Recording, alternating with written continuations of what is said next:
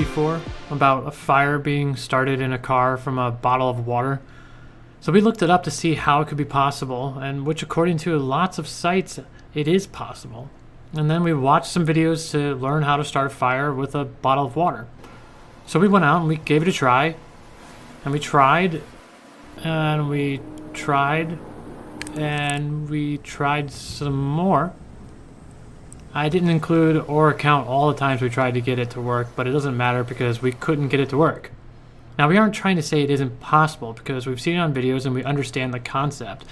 But in order for a fire to start in your car from a bottle of water, the conditions need to be perfect. The perfect angle, the perfect distance, the right amount of water in the bottle to refract the sunlight. So don't be too worried if you see a warning to take your water bottles out of your car. Or you can be safe and just cover them up.